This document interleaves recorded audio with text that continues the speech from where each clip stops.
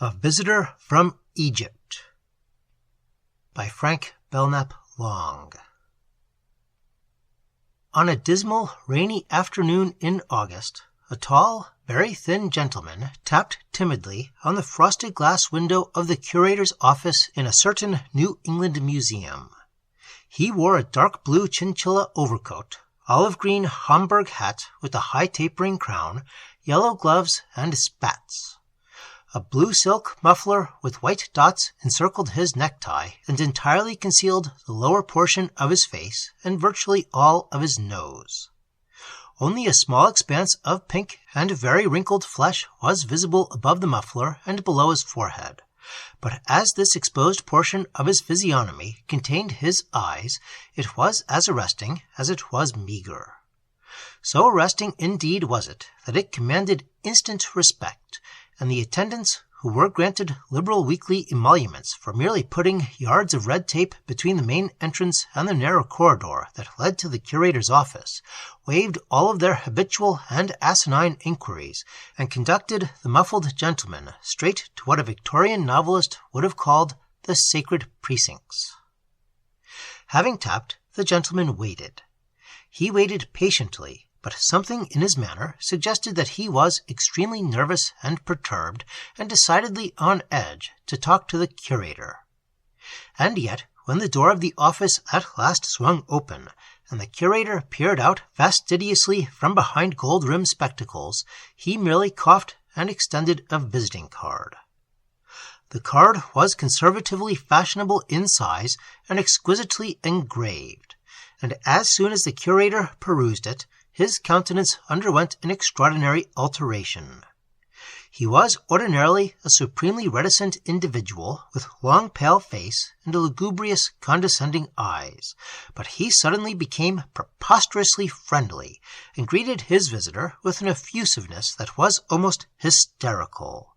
He seized his visitor's somewhat flabby-gloved hand and gave it a Babbittesque squeeze. He nodded and bowed and smirked, and seemed almost beside himself with gratification. "If only I had known, Sir Richard, that you were in America. The papers were unusually silent. Outrageously silent, you know. I cannot imagine how you managed to elude the reporters.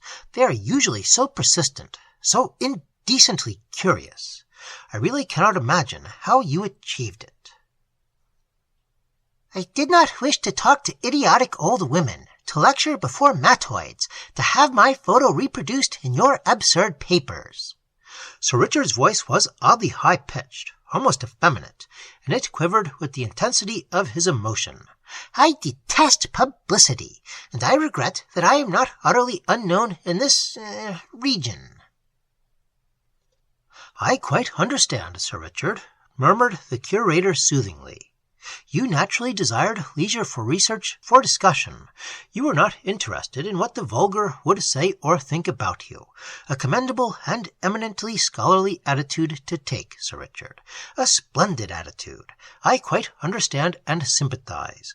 We Americans have to be polite to the press occasionally, but you have no idea how it cramps our style, if I may use an expressive but exceedingly coarse colloquialism. It really does, Sir Richard. You have no idea. But do come in by all means. We are honored immeasurably by the visit of so eminent a scholar." Sir Richard bowed stiffly and preceded the curator into the office. He selected the most comfortable of the 5 leather-backed chairs that encircled the curator's desk and sank into it with a faintly audible sigh. He neither removed his hat nor withdrew the muffler from his pinkish visage. The curator selected a seat on the opposite side of the table and politely extended a box of Havana panatellas. "Extremely mild," he murmured. "Won't you try one, Sir Richard?" Sir Richard shook his head. "I have never smoked," he said, and coughed. There ensued a silence. Then Sir Richard apologized for the muffler. "I had an unfortunate accident on the ship," he explained. "I stumbled in one of the deck games and cut my face rather badly. It's in a positively unpresentable condition. I know you'll pardon me if I don't remove this muffler." The curator gasped. "How horrible, Sir Richard! I can sympathize, believe me. I hope that it will not leave a scar. One should have the most expert advice in such matters. I hope, Sir Richard, you have consulted a specialist. May I ask?" Sir Richard nodded. "The wounds are not deep, nothing serious, I assure you. And now, Mr. Busby, I should like to discuss with you the mission that has brought me to Boston. Are the pre-dynastic remains from Luxor on exhibition?" The curator was a trifle disconcerted. He had placed the Luxor remains on exhibition that very morning, but he had not as yet arranged them to his satisfaction, and he would have preferred that his distinguished guest should view them at a later date. But he very clearly perceived that Sir Richard was so intensely interested that nothing that he could say would induce him to wait, and he was proud of the remains, and flattered that England's ablest Egyptologist should have come to the city expressly to see them. So he nodded amiably, and confessed that the bones were on exhibition, and he added that he would be delighted and honoured if Sir Richard would view them. "They are truly marvellous," he explained, "the pure Egyptian type, dolichocephalic, with relatively primitive features, and they date, Sir Richard, they date from at least 8,000 B.C. "Are the bones tinted?" "I should say so, Sir Richard. They are wonderfully tinted, and the original colours have scarcely faded at all. Blue and red, Sir Richard, with red predominating." "A most absurd custom," murmured Sir Richard. Mr. Busby smiled. "I have always considered it pathetic, Sir Richard, infinitely amusing, but pathetic. They thought that by painting the bones they could preserve the vitality of the corruptible body, corruption putting on incorruption, as it were." It was blasphemous. Sir Richard had arisen from his chair. His face, above the muffler, was curiously white, and there was a hard, metallic glitter in his small dark eyes. "They sought to cheat Osiris. They had no conception of hyperphysical realities." The curator stared curiously. "Precisely what do you mean, Sir Richard?" Sir Richard started a trifle at the question, as though he were awakening from some strange nightmare, and his emotion ebbed as rapidly as it had arisen. The glitter died out of his eyes, and he sank listlessly back in his chair. I was merely amused by your comment, as though by merely painting their mummies they could restore the circulation of the blood." "But that, as you know, Sir Richard, would occur in the other world. It was one of the most distinctive prerogatives of Osiris. He alone could restore the dead." "Yes, I know," murmured Sir Richard. "They counted a good deal on Osiris. It is curious that it never occurred to them that the god might be offended by their presumptions." "You are forgetting the Book of the Dead, Sir Richard. The promises in that are very definite, and it is an inconceivably ancient book. I am strongly convinced that it was in existence in 10,000 B.C. You have read my brochure on the subject." Sir Richard nodded. "A very scholarly work, but I believe that the Book of the Dead as we know it was a forgery." "Sir Richard!" "Parts of it are undoubtedly pre-dynastic, but I believe that the Judgment of the Dead, which defines the judicial prerogatives of Osiris, was inserted by some meddling priest as late as the historical period. It is a deliberate attempt to modify the relentless character of Egypt's supreme deity. Osiris does not judge. He takes." "He takes, Sir Richard." "Precisely. Do you imagine anyone can ever cheat death? Do you imagine that, Mr. Busby? Do you imagine for one moment that Osiris would restore to life the fools that returned to him?" Mr. Busby coloured. It was difficult to believe that Sir Richard was really in earnest. "Then you honestly believe that the character of Osiris, as we know it, is—" "A myth, yes, a deliberate and childish evasion. No man can ever comprehend the character of Osiris. He is the dark god, but he treasures his own." "Eh?" Mr. Busby was genuinely startled by the tone of ferocity in which the last remark was uttered. "What did you say, Sir Richard?" "Nothing." Sir Richard had risen, and was standing before a small revolving bookcase in the centre of the room. Nothing, Mr. Busby, but your taste in fiction interests me extremely. I had no idea you read young Finchley. Mr. Busby blushed and looked genuinely distressed. I don't ordinarily, he said. I despise fiction ordinarily, and young Finchley's romances are unutterably silly. He isn't even a passable scholar, but that book has, well, there are a few good things in it. I was reading it this morning on the train, and put it in with the other books, temporarily, because I had no other place to put it. You understand, Sir Richard. We all have our little foibles, eh? A work of fiction now and then is sometimes, suggestive, and H.E. Finchley is rather suggestive occasionally. He is indeed. His Egyptian redactions are imaginative masterpieces. You amaze me, Sir Richard. Imagination in a scholar is to be deplored. But, of course, as I said, H.E. Finchley is not a scholar, and his work is occasionally illuminating if one doesn't take it too seriously. He knows his Egypt. Sir Richard, I can't believe you really approve of him, a mere fictionist. Sir Richard had removed the book and opened it casually.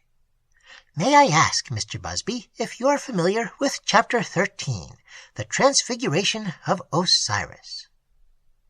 Bless me, Sir Richard, I am not. I skipped that portion. Such purely grotesque rubbish repelled me. Did it, Mr. Busby? But the repellent is usually arresting. Just listen to this. It is beyond dispute that Osiris made his worshippers dream strange things of him, and that he possessed their bodies and souls forever. There is a devilish wrath against mankind with which Osiris was for death's sake inspired. In the cool of the evening he walked among men, and upon his head was the crown of Upper Egypt, and his cheeks were inflated with the wind that slew. His face was veiled so that no man could see it, but assuredly it was an old face, very old and dead and dry, for the world was young when tall Osiris died. Sir Richard snapped the book shut and replaced it on the shelf. What do you think of that, Mr. Busby? He inquired. Rot, murmured the curator. Sheer, unadulterated rot. Of course, Mr. Busby. Did it ever occur to you that a god may live, figuratively, a dog's life? Eh? Gods are transfigured, you know. They go up in smoke, as it were, in smoke and flame.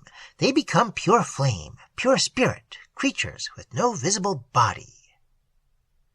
Dear, Sir Richard, that had not occurred to me. The curator laughed and nudged Sir Richard's arm.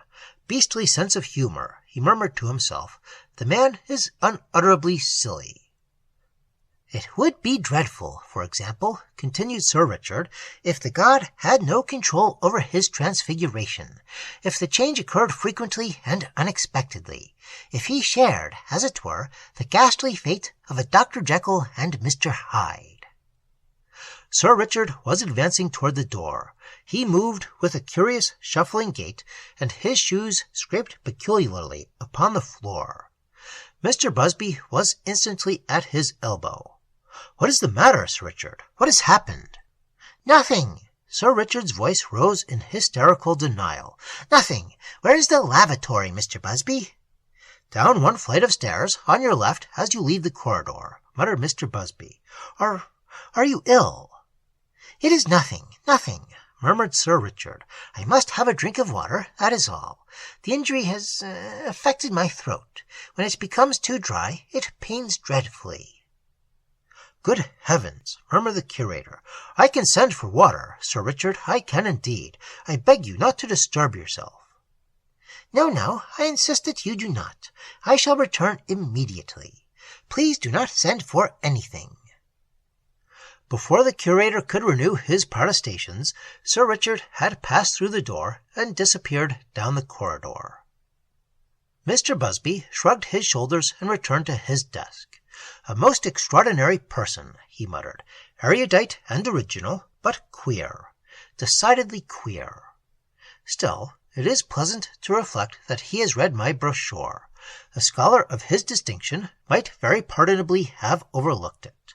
He called it a scholarly work. A scholarly work. Very gratifying, I'm sure. Mr. Busby clipped and lit a cigar. Of course, he is wrong about the Book of the Dead, he mused. Osiris was a most benevolent god. It is true that the Egyptians feared him, but only because he was supposed to judge the dead. There was nothing essentially evil or cruel about him. Sir Richard is quite wrong about that. It is curious that a man so eminent could go so sensationally astray. I can use no other phrase. Sensationally astray. I really believe that my arguments impressed him, though. I could see that he was impressed. The curator's pleasant reflections were coarsely and unexpectedly interrupted by a shout in the corridor. "Get them extinguishers down! Quick, you bit!" The curator gasped and rose hastily to his feet.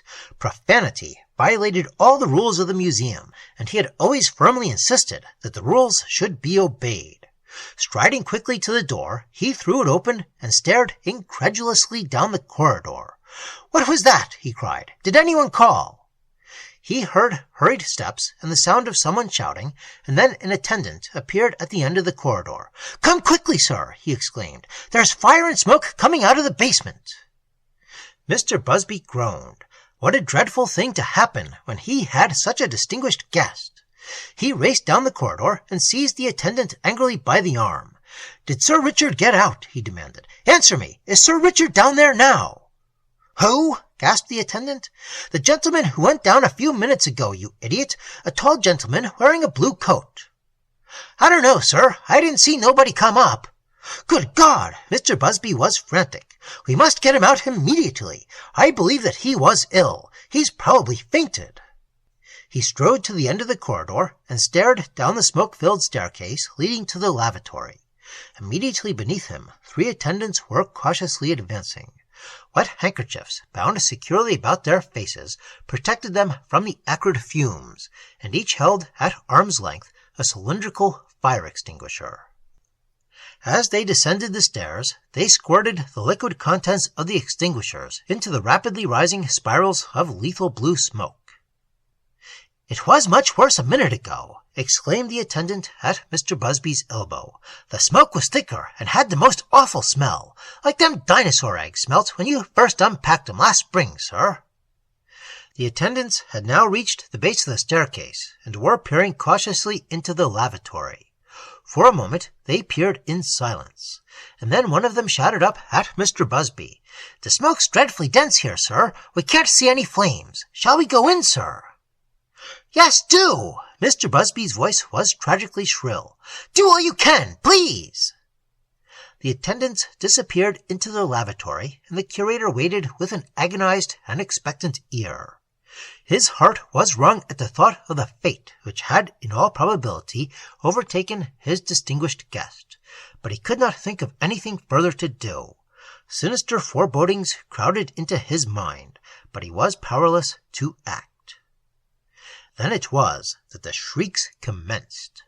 From whatever cause arising, they were truly ghastly, but they began so suddenly, so unexpectedly, that at first the curator could form no theory as to what had caused them. They issued so horribly and suddenly from the lavatory, echoing and re-echoing through the empty corridors, that the curator could only stare and gasp.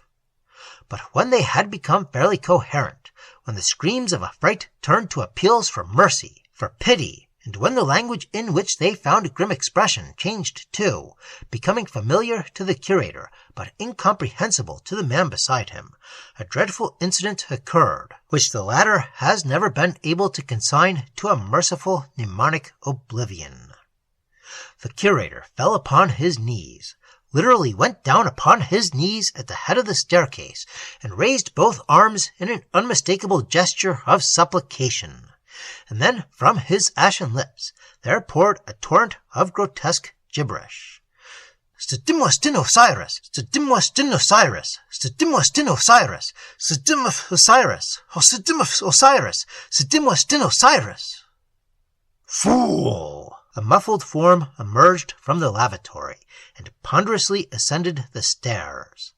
"Fool! You have sinned irretrievably." The voice was guttural, harsh, remote, and seemed to come from an immeasurable distance. "Sir Richard! Sir Richard!" The curator got stumbling to his feet and staggered toward the ascending figure.